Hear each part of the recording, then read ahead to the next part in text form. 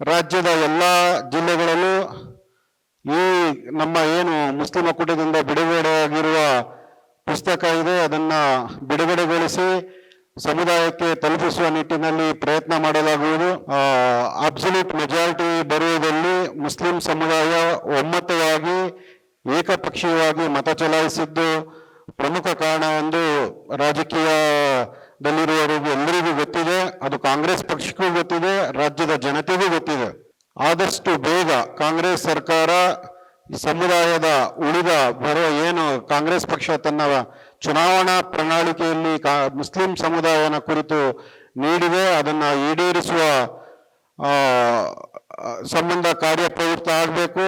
ಎಲ್ಲ ಬೇಡಿಕೆಗಳು for the sake of betterment of the community and per se of the state and the country ಈ ಮಾಡಬೇಕಂತ ನಾವು ಈ ರಿಪೋರ್ಟ್ ಅನ್ನು ಎಲ್ಲ MLAs ಗಳಿಗೆ ಕೊಡ್ತಾ ಇದ್ದೀವಿ.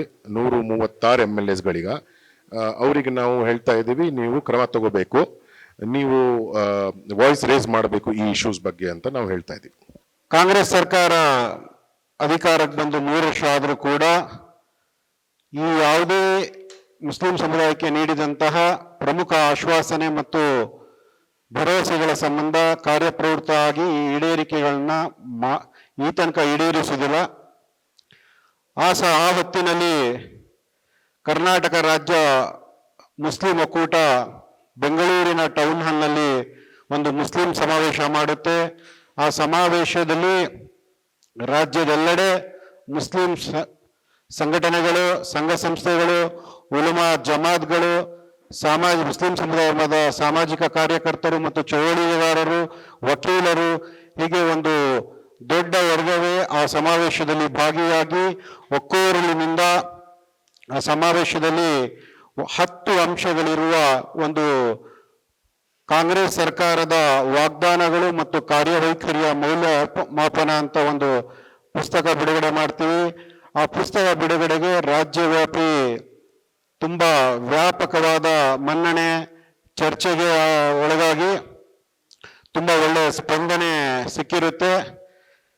ಆ ಸಮಾವೇಶದ ನಂತರ ರಾಜ್ಯದಲ್ಲೂ ಕೂಡ ಮುಖ್ಯಮಂತ್ರಿ ಬದಲಾಗ್ತಾರೆ, ಕಾಂಗ್ರೆಸ್ ಅಧ್ಯಕ್ಷರು ಬದಲಾಗ್ತಾರೆ. ಆ ಕಾರಣಕ್ಕೆ ನಾವು ಈ ಸರ್ಕಾರ ಈ ಮುಖ್ಯಮಂತ್ರಿಗಳಿಗೆ ಮತ್ತೆ ಟೇಕ್ ಆಫ್ ಆಗಲು ಒಂದಿಷ್ಟು ಸಮಯ ಕೊಡಬೇಕು ಅಂತ ನಮ್ಮ ಸಂಘಟನೆ ಕಾರ್ಯದಲ್ಲಿ ನಿರತರಾಗಿದ್ದು, ನಮ್ಮ ಬೆಂಗಳೂರಿನ ಟೌನ್ ಹಾಲ್ ಸಮಾವೇಶದ ನಂತರ ಆ ಸಮಾವೇಶದ ಹೊತ್ತಿನಲ್ಲೇ ಕಾಂಗ್ರೆಸ್ ಸರ್ಕಾರ ಹಿಜಾಬ್ ರದ್ದತಿಯನ್ನ ವಾಪಸ್ ತಗೊಳ್ತು. ಅದೊಂದು ಬೇಡಿಕೆ ಈಡೇರಿಸಿದೆ. ಉಳಿದ 9 ಬೇಡಿಕೆಗಳು ರಾಜ್ಯ ಸರ್ಕಾರ, ಕಾಂಗ್ರೆಸ್ ಸರ್ಕಾರ ತುರ್ತಾಗಿ ಗಮನ ಹರಿಸಿ ನಿರ್ಲಕ್ಷ್ಯ ಧೋರಣೆ ಮಾಡದೆ ಗಮನ ಹರಿಸಬೇಕು ಅಂತ ನಮ್ಮ ಆಗ್ರಹ. ಈ ನಿಟ್ಟಿನಲ್ಲಿ ಮುಸ್ಲಿಂ ಒಕ್ಕೂಟ ಮುಂದಿನ ದಿನಗಳಲ್ಲಿ ಮತ್ತೆ ರಾಜ್ಯವ್ಯಾಪಿ ಆಗ್ರಹ ಅಭಿಯಾನವನ್ನು ಮಾಡ್ತಾ ಇದೆ. ರಾಜ್ಯದ ಎಲ್ಲ ಜಿಲ್ಲೆಗಳಲ್ಲೂ ಈ ನಮ್ಮ ಏನು ಮುಸ್ಲಿಂ ಒಕ್ಕೂಟದಿಂದ ಬಿಡುಗಡೆಯಾಗಿರುವ ಪುಸ್ತಕ ಇದೆ, ಅದನ್ನ ಬಿಡುಗಡೆಗೊಳಿಸಿ ಸಮುದಾಯಕ್ಕೆ ತಲುಪಿಸುವ ನಿಟ್ಟಿನಲ್ಲಿ ಪ್ರಯತ್ನ ಮಾಡಲಾಗುವುದು. ಹಾಗೇನೆ ಜಮಾತ್, ಧಾರ್ಮಿಕ ಸಂಘ ಸಂಸ್ಥೆಗಳು, ಉಲಮಾಗಳ ಮೂಲಕ, ಮಸೀದಿಗಳ ಮೂಲಕ, ಸಹಿ ಸಂಗ್ರಹ ಅಭಿಯಾನದ ಮೂಲಕ ಜನಸಾಮಾನ್ಯರಿಗೆ ಇದನ್ನ ತಲುಪಿಸುವ ಪ್ರಯತ್ನ ಮುಂದಿನ ದಿನಗಳಲ್ಲಿ ಮಾಡಲಾಗುತ್ತೆ. ಹಾಗೆ ಬೆಂಗಳೂರಿನ ಟೌನ್ ಹಾಲ್ನಲ್ಲಿ ಆದಂತಹ ಒಂದು ಸಮಾವೇಶವನ್ನ ದಾವಣಗೆರೆಯಲ್ಲೂ ಮುಂದಿನ ದಿನಗಳಲ್ಲಿ ಒಂದು ಸಮಯ ನಿಗದಿ ಮಾಡಿ ದಾವಣಗೆರೆಯಲ್ಲೂ ಆ ರೀತಿ ಸಮಾವೇಶ ಮಾಡಬೇಕು ಅಂತ ತೀರ್ಮಾನಿಸಲಾಗಿದೆ.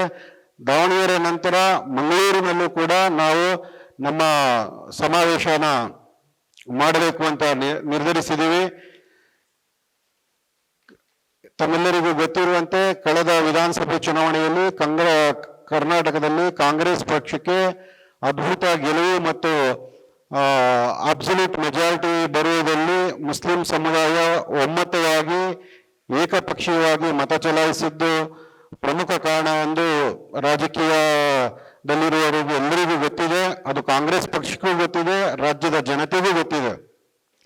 ಆ ನಿಟ್ಟಿನಲ್ಲಿ ಆದಷ್ಟು ಬೇಗ ಕಾಂಗ್ರೆಸ್ ಸರ್ಕಾರ ಈ ಸಮುದಾಯದ ಉಳಿದ ಬರುವ ಏನು ಕಾಂಗ್ರೆಸ್ ಪಕ್ಷ ತನ್ನ ಚುನಾವಣಾ ಪ್ರಣಾಳಿಕೆಯಲ್ಲಿ ಮುಸ್ಲಿಂ ಸಮುದಾಯನ ಕುರಿತು ನೀಡಿದೆ ಅದನ್ನು ಈಡೇರಿಸುವ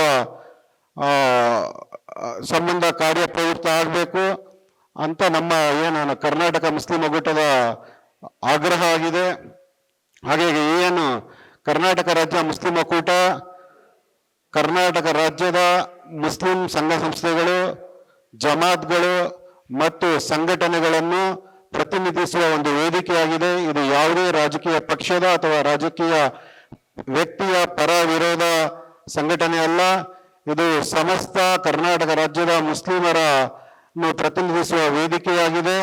ಸಂವಿಧಾನ ಮತ್ತು ಪ್ರಜಾಸತ್ತಾತ್ಮಕ ರೀತಿಯಲ್ಲಿ ಸಮುದಾಯದ ಆ ಕಾಲದ ಬೇಡಿಕೆಯ ವಿಷಯಗಳಿಗೆ ಸ್ಪಂದಿಸಿ ಸಮುದಾಯವನ್ನು ಸಂಘಟಿಸಿ ಸರ್ಕಾರದ ಗಮನ ಸೆಳೆಯುವುದು ಪ್ರಜಾಸತ್ತಾತ್ಮಕವಾಗಿ ತನ್ನ ಹಕ್ಕು ಮತ್ತು ನ್ಯಾಯದ ಬೇಡಿಕೆಗಳನ್ನು ಈಡೇರಿಸುವ ಸಂಬಂಧ ಸೃಜನೆ ಮಾಡಿಕೊಂಡಿರುವ ಒಂದು ರಾಜ್ಯ ಮಟ್ಟದ ವೇದಿಕೆಯಾಗಿರುತ್ತೆ.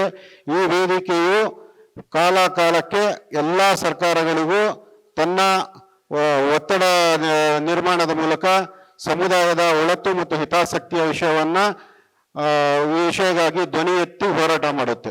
ನಾವು ಏನ್ ಕೇಳ್ತಾ ಇದ್ದೀವಿ, ಈ ಸರ್ಕಾರ ಇದೆ, ಸದ್ಯಕ್ಕೆ ಈ ಸರ್ಕಾರ ಇದೆ. ಒಂದ್ ನಿಮಿಷ ನಾನು ಮುಗಿಸ್ಬಿಡ್ತೀನಿ ನನ್ನ ಮಾತು. ಈ ಸರ್ಕಾರ ಇದೆ, ನಾವು ಇಷ್ಟು ಬೇಡಿಕೆ ಅಂತ ಕೇಳ್ತಾ ಇದ್ದೀವಿ. ಇದರಲ್ಲಿ most of them have been promised in the manifesto. Election ಇನ್ನೂ ಇಲ್ಲ, ಇದು ಆಗ್ಬೇಕು. Just because of the fear of one party ನಾವು ನಮ್ಮ ಅಭಿವೃದ್ಧಿ ಮರಿಬೇಕು ಅಂತ ಎಲ್ಲಿ ಇಲ್ಲ. ಅದು ತಪ್ಪದು. ಅದಕ್ಕೋಸ್ಕರ ಕಾಂಗ್ರೆಸ್ ಅವರು ಮ್ಯಾನಿಫೆಸ್ಟೋಲ್ಲಿ ಹೇಳಿದ್ರು ಇದು ಮಾಡಬೇಕು, ಇದೇ ಸರಿ. That is why it was told. ಅದಕ್ಕೋಸ್ಕರ ಈ 2 ವರ್ಷದಲ್ಲಿ ಕೋರ್ಸ್ ಕರೆಕ್ಷನ್ ಆಗ್ಬೇಕಂತ ಹೇಳ್ತಾ ಇದ್ದೇವೆ. ನಮ್ಗೆ ನಂಬಿಕೆ ಇದೆ. ದೇರ್ ಆರ್ ರೀಸನಬಲ್ ಪೀಪಲ್, ಅವ್ರು ಕೋರ್ ಕರೆಕ್ಷನ್ ಮಾಡ್ತಾರ. 3 ವರ್ಷದಲ್ಲಿ ಯಾಕೆ ಆಗ್ಲಿಲ್ಲ ಅದು ಬೇರೆ ಕತೆ. ಈ 2 ವರ್ಷದಲ್ಲಿ ನಾವು ಜ್ಞಾಪಕ ಮಾಡಿಸ್ತಾ ಇದ್ದೀವಿ. This was promised to a community which has been told again and again in various reports. ಇದು ಬ್ಯಾಕ್ವರ್ಡ್ ಕಮ್ಯುನಿಟಿ ಅಂತೂ. ಅದಕ್ಕೋಸ್ಕರ ನಾವು ಹೇಳ್ತಾ ಇದ್ದೀವಿ ಇದೆಲ್ಲ ಬೇಡಿಕೆಗಳು for the sake of betterment of the community and per se of the state and the country ಈ ಮಾಡಬೇಕಂತ ನಾವು ಇಡೀ ಕರ್ನಾಟಕ ರಾಜ್ಯ ಸರ್ಕಾರಕ್ಕೆ ರಿಕ್ವೆಸ್ಟ್ ಮಾಡ್ತಾ ಇದ್ದೀವಿ. 136 MLAಗಳು ಫಾರ್ ದ ಸ್ಟೇಟ್ ಇಶ್ಯೂಸ್ ಮತ್ತು ಎಲ್ಲ MPs ಅವರಿಗೆ ನಾವು ರಿಕ್ವೆಸ್ಟ್ ಮಾಡ್ತಾ ಇದ್ದೀವಿ. ಈ ನಮ್ಮ ಪತ್ರಿಕಾ ಘೋಷಣೆಯಲ್ಲಿ ಇದೆ. ನಾವು ಈ ರಿಪೋರ್ಟನ್ನು ಎಲ್ಲ MLAsಗಳಿಗೆ ಕೊಡ್ತಾ ಇದ್ದೀವಿ. 136 MLAsಗಳಿಗೆ ಅವರಿಗೆ ನಾವು ಹೇಳ್ತಾ ಇದ್ದೀವಿ, ನೀವು ಕ್ರಮ ತಗೋಬೇಕು, ನೀವು ವಾಯ್ಸ್ ರೇಸ್ ಮಾಡಬೇಕು ಈ ಇಶ್ಯೂಸ್ ಬಗ್ಗೆ ಅಂತ ನಾವು ಹೇಳ್ತಾ ಇದ್ದೀವಿ.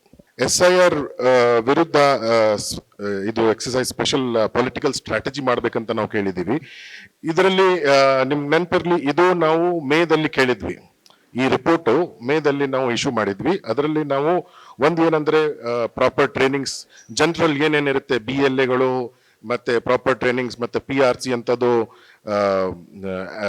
ಡಾಕ್ಯುಮೆಂಟೇಶನ್ ಪ್ರೊವೈಡ್ ಮಾಡ್ಬೇಕಂತ ಅದು ಒಂದು ಕೇಳಿದ್ದೀವಿ. ಈಗ ಇದಾದ ತಕ್ಷಣ ಈ ಪ್ರಕಾರ SIR ಹೋಗ್ತಾ ಇದೆ. ನಾವು ಏನ್ ಕೇಳ್ತಾ ಇದ್ದೀವಿ, ಇದರಲ್ಲಿ ಸೋಷಿಯಲ್ ಆಡಿಟ್ನು ಮಾಡಬಹುದು ಕರ್ನಾಟಕ ಸ್ಟೇಟ್ ಗವರ್ಮೆಂಟ್ ಕಡೆಯಿಂದ to minimise the impact, to ensure no genuine voter is left out. ಅದಕ್ಕೋಸ್ಕರ ಇದು ಡ್ರಾಫ್ಟ್ ಲಿಸ್ಟ್ ಪಬ್ಲಿಷ್ ಆದ್ಮೇಲೆ ನಾವು ಒಂದು ಸೋಷಿಯಲ್ ಆಡಿಟ್ ಕರ್ನಾಟಕ ಗವರ್ಮೆಂಟ್ ಕಡೆಯಿಂದ ಮಾಡೋದು ರಿಕ್ವೆಸ್ಟ್ ಮಾಡ್ತಾ ಇದ್ದೀವಿ. ನಮ್ಮ ಕಾರ್ಯಕ್ರಮಗಳನ್ನ ನೀವು ನೋಡ್ತಾ ಇದ್ರೆ ನಮ್ಮ ಚಾನೆಲ್ ಅನ್ನ ಸಬ್ಸ್ಕ್ರೈಬ್ ಮಾಡಿ, ಪಕ್ಕದ ಬೆಲ್ ಐಕಾನ್ ಒತ್ತಿ ನಮ್ಮನ್ನ ಬೆಂಬಲಿಸಿ. ಹಾಗೆ ನಮ್ಮ ಕಾರ್ಯಕ್ರಮಗಳನ್ನ ಲೈಕ್ ಮಾಡಿ, ಕಮೆಂಟ್ ಮಾಡಿ, ಅದನ್ನ ಬೇರೆಯವರಿಗೂ ವಾಟ್ಸ್ಆಪ್ ಮೂಲಕ ಶೇರ್ ಮಾಡಿ.